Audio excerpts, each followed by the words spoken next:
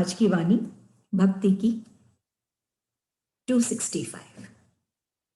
झगड़ा मिटे यदि मिटाओ, ये तो बुद्धि से झगड़ते हैं, तीव्र बुद्धि कब शांत।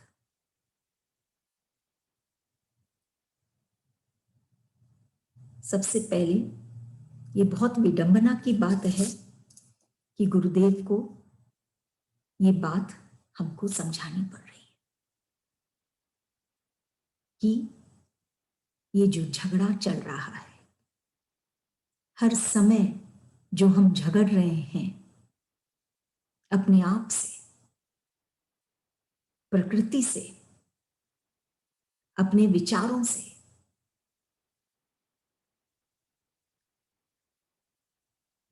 ये स्थिति कितनी, क्या कहें, दयनीय है।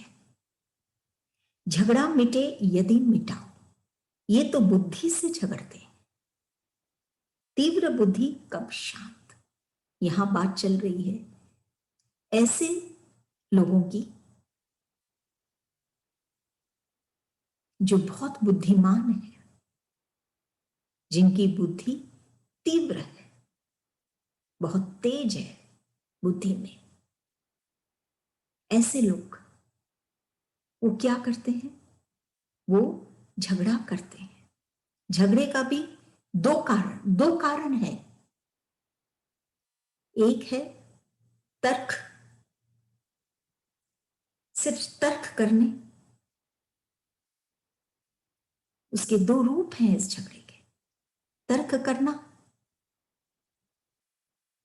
और एक है जहां पे प्रश्न उठाते हैं वो जानकारी के लिए, जिज्ञासा के लिए। वहां भी कभी कभी झगड़ा होने लग जाता है,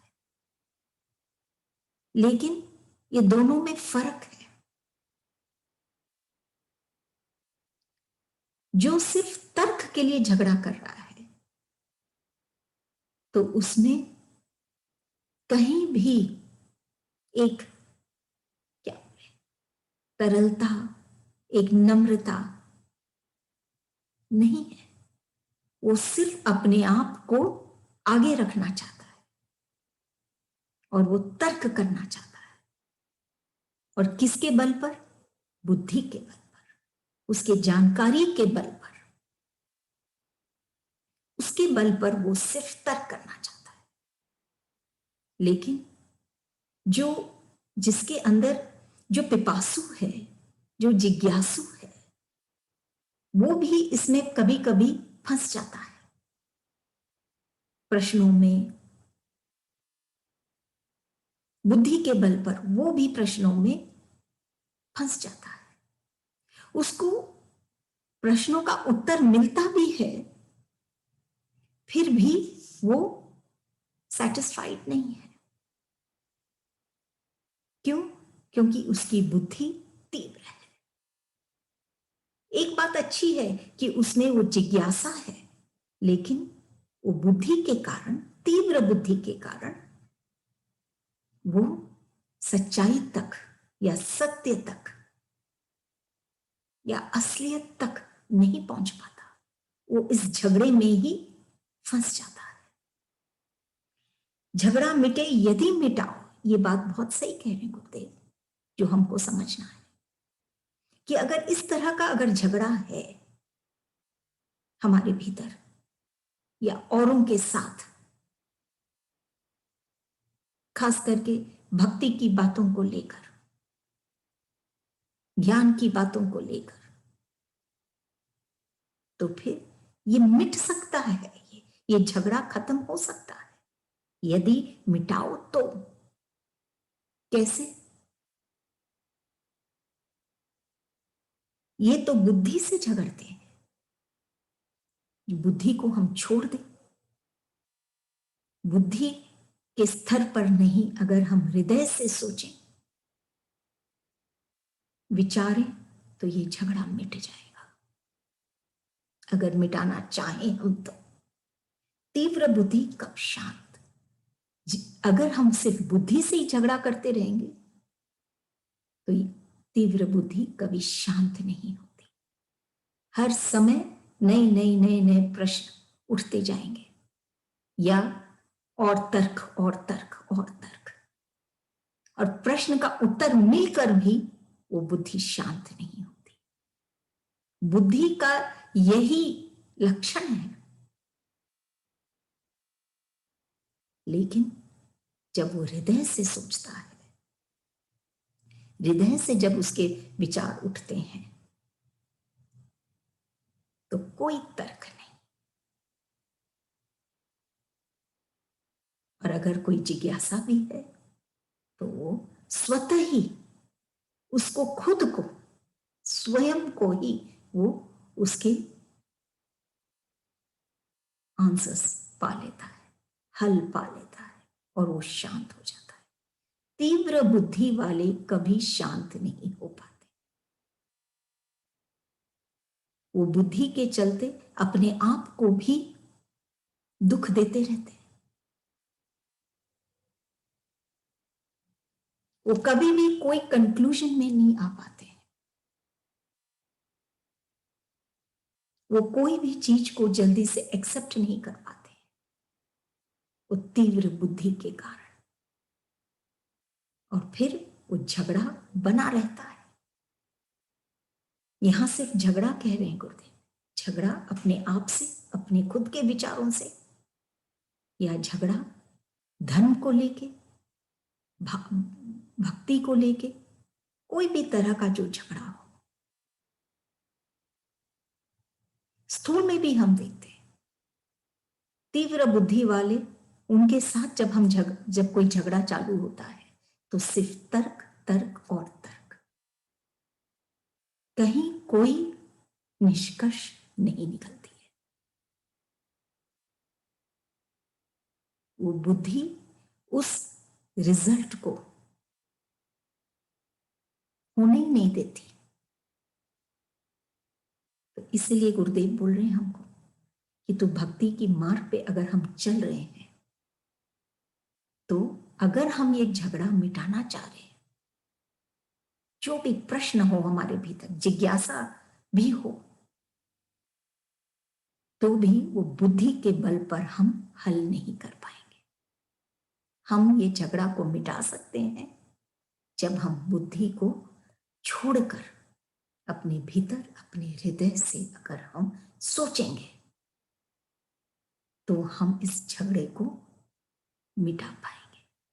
झगड़ा मिटेगा तो हम शांति पाएंगे।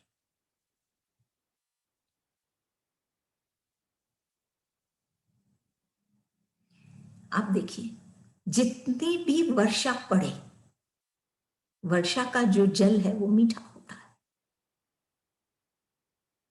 और ये वर्षा समुद्र पर पड़ती है, बहुत वर्षा भी पड़ती है, लेकिन समुद्र का जल वैसे के वैसा खारा नहीं बदलता है। ऐसे ही एक मूर्ख व्यक्ति होता है,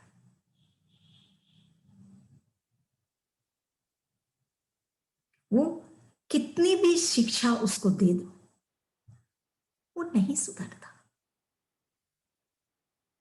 तो गुरुदेव हमको कह रहे हैं, इसीलिए तुम ये बुद्धि के बल पर मत आगे बढ़ो अपने जीवन। क्या होगा? तर्क और तर्क।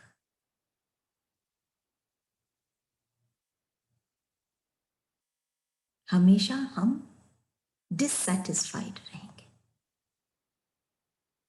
और खास करके भक्ति में। भक्ति में जब तक हम भीतर से नहीं सोचेंगे, अपने चित्त में उसका छवि हम नहीं देखेंगे, ना हम खुद को देखें, ना हम खुदा को देखें, कैसे हम खुदाई को पाएंगे? हम खुद को देखेंगे, खुदा को देखेंगे हमारे भीतर, तब तो हम कुछ पाएंगे। झगड़ा, और अधिकतर ये भी देखा गया है कि ये झगड़े में अंत में कुछ हासिल नहीं होता, हम सिर्फ खोते हैं। और मोस्ट इंपॉर्टेंटली हम क्या खोते हैं? अपने मन की शांति खोते हैं, सुकून खोते हैं। हर क्षण जब हमको आनंदित होना है, हर क्षण जो हमको जीना है, हम जीते जी जैसे मर रहे हैं। तो हमको गुरुदेव इस झगड़े से बचने के लिए इसमें हमको समझा रहे हैं कि तुम मिटा सकते हो इस झगड़े को, क्योंकि ये झगड़ा जो भी है ये सिर्फ बुद्धि से हो सकता है, हृदय में कभी झगड़ा नहीं हो सकता, हमेशा शांत है। क्यों? क्योंकि गहरा है वो। जितनी हम गहराई में जाएंगे या जितनी हम ऊंचाई में जाएंगे उतनी शांति। ये हलचल, ये झगड़ा, ये सब तो सिर्फ ऊपर के स्तर पे, ये बुद्धि में है। लेकिन जैसे हम भीतर जाएंगे वैसे हम शांति पाएंगे। अगली वाणी 266। लोक ब्रह्म सिद्ध करते आए और जीव, झगड़ा शांत न हुआ और छोड़ गए बुद्धि बल पर। आज भी पढ़े और झगड़े, हटाओ बाबा झगड़ा। अभी भी गुरुदेव झगड़े की ही बात कर रहे हैं इस वाणी में। क्या कह रहे हैं गुरुदेव? लोक ब्रह्म सिद्ध करते आए और जीव, ब्रह्म ब्रह्म ब्रह्म हमारे भक्ति के, भक्ति क्या है? हमारा अस्तित्व है। उसके शिखर पर है ये ब्रह्म। ब्रह्म ही हमको धरते हैं। जब तक ये ब्रह्म है तब तक हम है। ऐसे महान ब्रह्म को लोग सिद्ध करते आए हैं। सिद्ध करते आए हैं मतलब उनको समझने की कोशिश करते आए हैं, उनको समझते हुए आगे बढ़ रहे हैं। लेकिन क्या ब्रह्म, बुद्धि से हम समझ सकते हैं ब्रह्म को? बुद्धि का विषय ही नहीं ब्रह्म। ब्रह्म तो हृदय की स्थिति है, हमारे भीतर की स्थिति है। अगर ब्रह्म को जानना है, ब्रह्म को सिद्ध करना है, ब्रह्म को प्रूव करना है, ब्रह्म का प्रमाण देना है इस संसार में, तो हमको बुद्धि से नहीं, हमको हमारे भीतर जाना पड़ेगा, हमारे आत्मा, चित्त, आत्मा तक, क्योंकि वो ही ब्रह्म है। तो गुरुदेव क्या कह रहे हैं? लोग ब्रह्म सिद्ध करते आए बिना जानकारी के, सिर्फ बुद्धि के बल पर ब्रह्म को सिद्ध करते आए। और जीव तो सिद्ध, जीव को क्या सिद्ध कर पाएगा? वो ब्रह्म को सिद्ध नहीं कर पाया। जीव अपने आप को ही नहीं जानता है। अगर वो अपने आप को जानता तो ब्रह्म स्वतः ही सिद्ध हो जाता। ब्रह्म को सिद्ध करते आए और जीव को नहीं सिद्ध कर पाए, क्योंकि वो जानते ही नहीं है जीव को। अपने आप को कहां जानता है जीव कि मैं कौन हूं? मैं तो जीव नहीं, मैं तो शिव हूं, मैं तो वो चैतन्य स्वरूप हूं, मैं तो वो आत्मा हूं। जैसे अभी भजन में सुने, जो अजर है, अमर है, कभी गलता नहीं, कभी जलता नहीं। वो इस चीज को तो वो सिद्ध कर ही नहीं पाया है जीव, और ब्रह्म को सिद्ध करते आया है। तब कह रहे हैं कि लोग ब्रह्म सिद्ध करते आए और जीव, झगड़ा शांत न हुआ और छोड़ गए बुद्धि बल पर। वो नहीं सिद्ध कर पाए। क्यों? झगड़ा शांत न हुआ, वो सिद्ध ही नहीं कर पाए। न जीव को और न ब्रह्म को,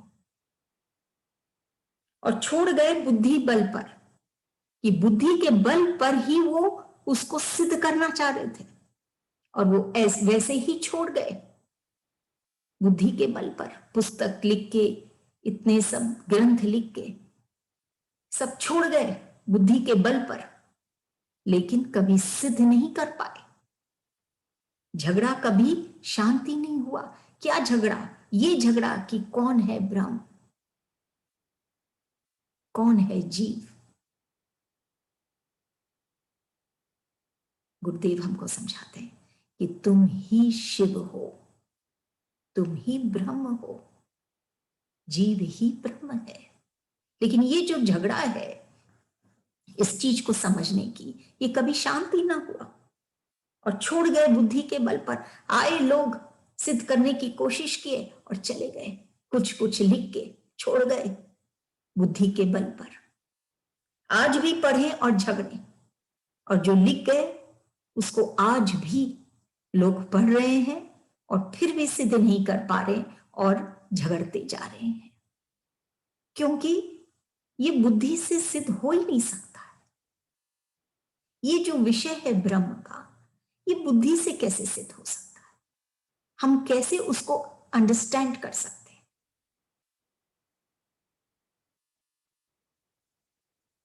ब्रह्म को जब तक कि हम हृदय से नहीं देखेंगे। हटाओ बाबा झगड़ा।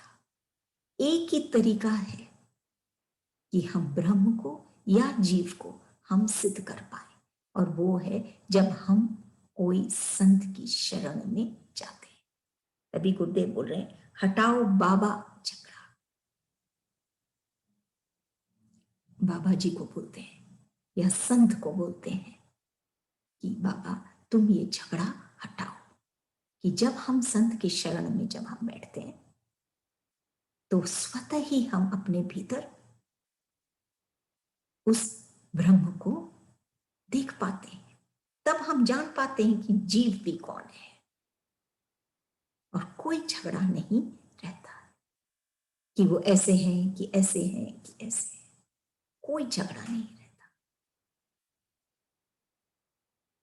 ब्रह्म की सत्यता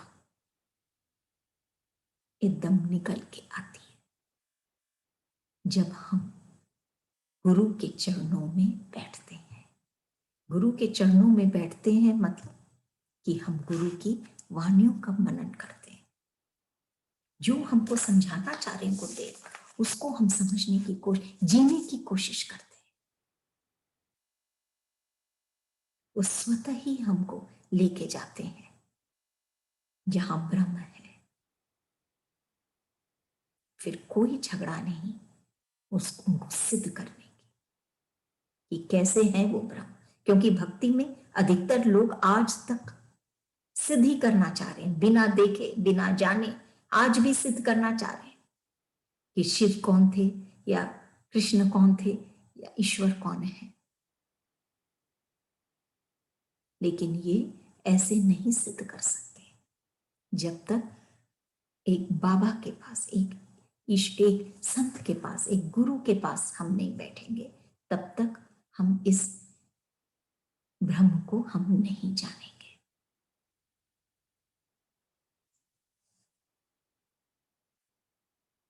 विश्व में विश्व को जीतना इतना जरूरी नहीं है जितना मन को जीतना। अब जीतने का मतलब, विश्व को जीतना मतलब, बहुत लोगों की ये इच्छा रहती है कि वो विश्व को जीत पाए, मतलब उनका ही बोलबाला,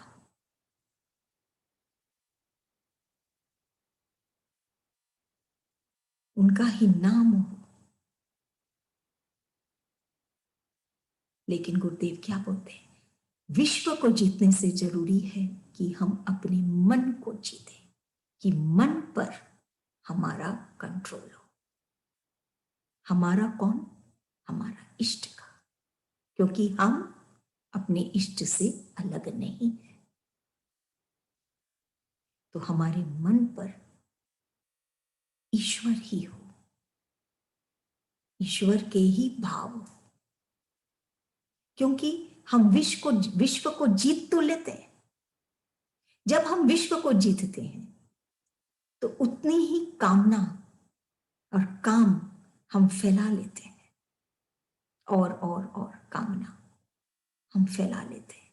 जैसे हम विश्व को जीतने लगते हैं वैसे ही हमारी कामना भी बढ़ने लग जाती है, और ये कामना जब फैलने लग जाती है तो फिर हम कामना तो फैल जाती है, लेकिन हमारा मन हारने लग जाता है। तो विश्व को जीत कर भी हमारा मन हारने लग जाता है, क्योंकि वो इस काम से बेचैन होने लग जाता है और वो हारने लग जाता है, वो दुखी हो जाता है। तो हम मन से हार जाते हैं। हम जितना इसमें फंसते हैं हम उतना ही कष्ट पाते हैं। तभी गुरुदेव कह रहे हैं, लोग ब्रह्म सिद्ध करते आए और जीव झगड़ा शांत न हुआ, छोड़ गए बुद्धि बल पर। आज भी पढ़ें और झगड़ें, क्योंकि लोग बुद्धि के हिसाब से जो पुस्तकों में लिखा है, ग्रंथों में लिखा है, जो और भी अपने बुद्धि के हिसाब से लिखकर छोड़कर गए हैं, ये झगड़ा कभी मिटा ही नहीं ब्रह्म को सिद्ध करने का। और जीव को भी, जब तक एक गुरुदेव जैसे कह रहे हैं अपने बाबा जी से कि तुम ये झगड़ा मिटाओ, मुझे शरण में लो कि ये जो झगड़ा है ये मिटे बुद्धि का, और मैं अपने भीतर बहुत सहजता से उस ब्रह्म को पा सकूं।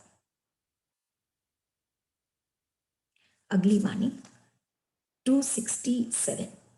लोग तुम्हें क्यों मानते, लोग तुम्हें नहीं मानते, तुमने इनका क्या बिगाड़ा है। सॉरी, लोग तुम्हें नहीं मानते, तुमने इनका क्या बिगाड़ा है। जहां तक मानने की बात है, हम तभी मान सकते हैं जब तक कि हम उस चीज को पर हम एग्री करते हैं। अगर हम एग्री नहीं करते हैं तो उसको मानना बहुत मुश्किल है। दो तरह के लोग हैं, एक जो ईश्वर को एक्सेप्ट करते हैं, एग्री करते हैं, जानते हैं, मानते हैं, और एक भक्त जो बहुत हद तक ईश्वर में समा गया है। और एक ऐसे लोग, इसमें भी दो कैटेगरी हो गए। और एक और जो सेकंड तरह के लोग हैं, वो अपने आप को ही मानते हैं, तुम्हें ईश्वर को नहीं मानते, क्योंकि वो ही अपने आप को ही कर्ता मानते हैं। अहंकारी लोग जो हैं कि जो कुछ भी हो रहा है वो उनको लगता है वो खुद ही कर रहे हैं, उनकी ही मेहनत से सब कुछ हो रहा है। अब गुरुदेव कह रहे हैं, लोग तुम्हें नहीं मानते। जो भक्त होते हैं, जो जानते हैं ईश्वर को, जो जिसके भीतर ईश्वर समाये हुए हैं, वो ही जानते हैं कि ईश्वर कौन है और क्या है। वो ईश्वर के बिना एक क्षण भी नहीं रह सकते। उनके हर एक प्राण श्वास, हर एक श्वास ईश्वर के नाम होती है, और बदले में ईश्वर उनके श्वासों में प्राण भर देते हैं। तब उनको ये बात बहुत ऐसे लगता है, जैसे गुरुदेव बोल रहे हैं ना, तुमने इनका क्या बिगाड़ा है। लेकिन जो लोग नहीं मानते हैं, उनको देखकर ये भक्त की मन की ये बात है कि तुमको क्यों नहीं मानते हैं लोग, ईश्वर ने क्या गलती की कि क्या बिगाड़ा है उनका। कि वो लोग नहीं मानते। सच्ची बात तो ये है कि ईश्वर ने तो कुछ नहीं बिगाड़ा, लेकिन वो लोग खुद ही, जैसे हम आम भाषा में करते हैं, अपने पांव पर कुल्हाड़ी मारते। वो लोग खुद ही अपना जीवन बिगाड़ते हैं ईश्वर को नहीं मान के, और वो कहीं के नहीं रहते, वो बेचैन बने रहते हैं। वो जानते ही नहीं कि उस बेचैनी के बाहर भी कोई एक ऐसा कोई चैन है, बेचैनी में ही वो चैन पा रहे हैं, लेकिन वो ईश्वर को नहीं मानते। ईश्वर को जानते ही नहीं है मानने के लिए। जब तक जानेंगे नहीं, जान पहचान नहीं होगी, तब तक वो कैसे मानेंगे? और जान पहचान कब होगी? जब हम उनसे मिलेंगे। और उनसे, हम ईश्वर से हम कब मिलेंगे? जब तक हम कोई संत के पास नहीं बैठेंगे, ईश्वर से हम कैसे मिलेंगे? संत के पास बैठ के हम कैसे मिलते हैं? क्योंकि वे खुद ईश्वर से एक हो गए हैं, वो मिल चुके हैं, वो जानते हैं, पहचानते हैं, जीते हैं ईश्वर को।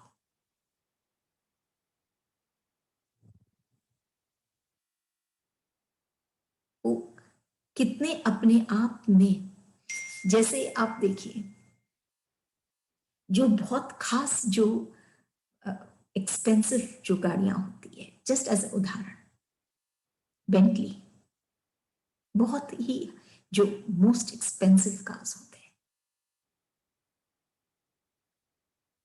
उनको विज्ञापन नहीं देना पड़ता, उनके एडवर्टाइजमेंट्स नहीं आते,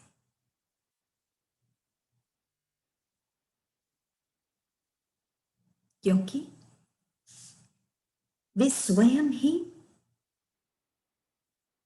जैसे इत्र स्वयं ही अपनी सुगंध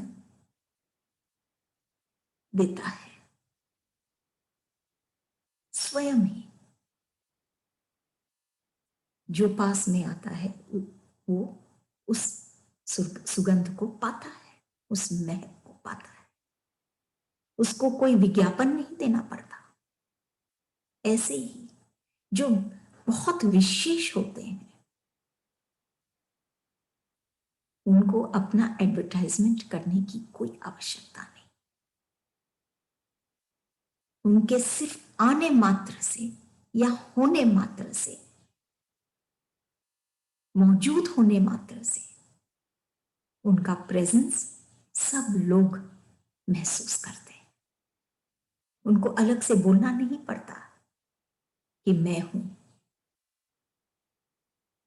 क्या कोई एडवर्टाइजमेंट करना पड़ता है, प्रचार करना पड़ता है? बिल्कुल भी नहीं, क्योंकि वो विशेष है, बहुत विशेष है, खास है। ऐसे ही गुरुदेव कह रहे हैं कि जो लोग ऐसे खास होते हैं, उन लोग को बहुत खराब लगता है, दुख होता है, क्योंकि वो जानते हैं जो विशेष हैं वही तो विशेष को जानेंगे। वो ईश्वर को जानते हैं, गुरुदेव को जानते हैं, तब उनके मन में ये बात आती है, वो विकल हो जाते हैं, व्याकुल हो जाते हैं कि ये क्यों नहीं मान रहे आपको, क्यों नहीं जानना चाहते, क्यों नहीं पाना चाहते हैं जो हमने पाया है। तब वो ईश्वर से कहता है या गुरु से कहता है कि तुम, वह एक गुरु ही है जो उनकी आंखों को खोल सकता है, उनको दिखा सकता है कि ये जो अपने आप को समझना और ईश्वर को नहीं समझना, इसमें कितनी बड़ी भूल है। अपने आप को ही सब कुछ समझना और ईश्वर को नहीं, इसमें कितनी बड़ी भूल है। इसमें हमारे तो सिर्फ लॉस है। अगर हम ईश्वर के हो जाएंगे तो सिर्फ गेन ही गेन है, सिर्फ प्रॉफिट है। तभी गुरुदेव कह रहे हैं, लोग तुम्हें नहीं मानते, तुमने इनका क्या बिगाड़ा है? भगवान ने कुछ नहीं बिगाड़ा, तभी वहां क्वेश्चन मार्क नहीं है, फुल स्टॉप है। तुमने इनका क्या बिगाड़ा है, स्टेटमेंट है। भगवान ने कुछ नहीं बिगाड़ा, वो खुद अपने आप अपने जीवन को बिगाड़ रहा है। अगली वाणी, मैं इनका मैं नहीं रहने देता। क्या होता है फिर? गुरुदेव बोल रहे हैं ऐसे लोग जो ईश्वर के पास समीप आ जाते हैं, ईश्वर उनका मैं नहीं रहने देता। नहीं रहने देता मतलब वो निकालते नहीं है, वो अपने आप में उसको समा लेते हैं कि वो मैं स्वतः ही मिट जाता है, हट जाता है। जैसे वो नदी जैसे सागर में मिली, उन नदी का खुद का कोई अस्तित्व नहीं रहा।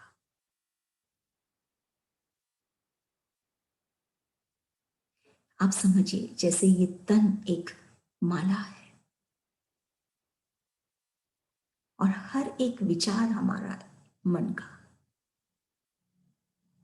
एक जो भक्त है वो हर एक विचार से अपने ईश्वर को याद करता है।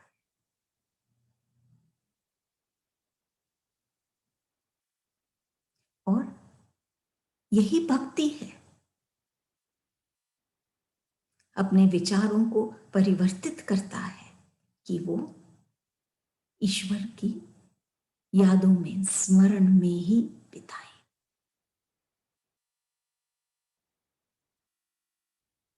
क्योंकि जो हृदय है, जो दिल है, ये कभी भी पुराने की ओर जाता है और ये मन नए की ओर। लेकिन जब ये विचारों का मन का जब हमारे इस तन में हो जाता है तो फिर हमारा ये दिल, ये पुरानी भक्ति, ये प्रेम जो शाश्वत है, इसमें एक नया रूप, एक और नए नए फूल इस मन में रोज खिलते हैं। इस पुरानी या इस चीर स्थायी विषय में, जैसे भक्ति, भक्ति के विषय में जो बहुत पुरानी है, सदियों से हमारे भीतर है, हमारे हृदय में है, इसलिए हृदय इसी की तरफ चलती है, इसी की तरफ झुकती है। लेकिन ये मन, हम हर समय नए मन को पाते हैं और ये मन इसी की, इस पुराने विषय में ही नए नए फूल खिलाती है। ऐसा है ये मन। गुरुदेव क्या कह रहे हैं? मैं इनका मैं नहीं रहने देता। जो इस स्थिति में है, जिसके भीतर ये पात्रता है, अपने हृदय के स्थिति में जो है, तब तो वो इस भक्ति को जानेगा और जानेगा, ईश्वर को जानेगा, तो उसका मैं नहीं रहेगा। ये मैं तो उसके मन और बुद्धि में है, वो नहीं रहेगा। इसीलिए सब लोग जो भी ईश्वर के पास जाते हैं या ईश्वर की भक्ति करते हैं, उनका मैं नहीं रहता है। ये सब लोग को एक्सेप्टेबल नहीं है। मैं इनका मैं नहीं रहने देता। लेकिन जो एक्सेप्ट करते ईश्वर को, उनका मैं नहीं रहने देता ईश्वर, और वो मालामाल हो जाते।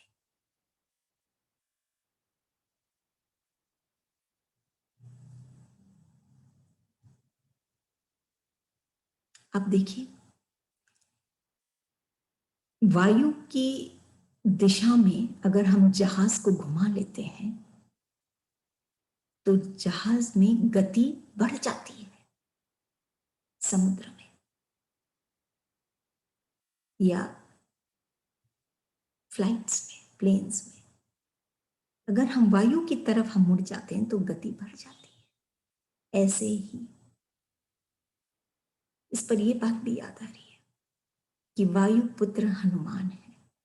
जब हम हनुमान जी की भक्ति करते हैं तो वो हमारे ईश्वर की ओर का जो सफर है उसकी गति को बढ़ा देते हैं।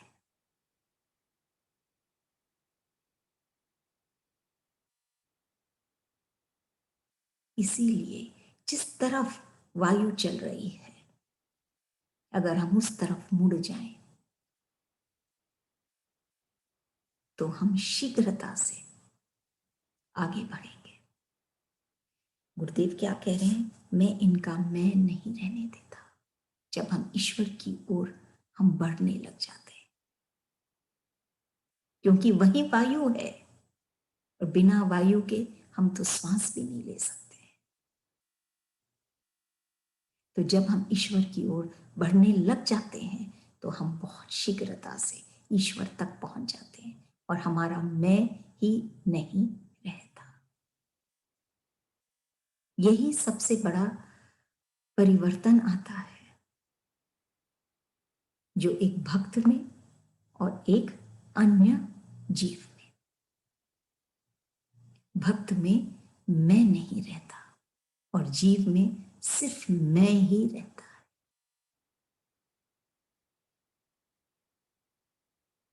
लेकिन जिस दिन वो ईश्वर की ओर चलता है एक संत के द्वारा, संत के आधार से जब वो ईश्वर की ओर चलने लग जाता है तो उसका मैं मिट जाता है।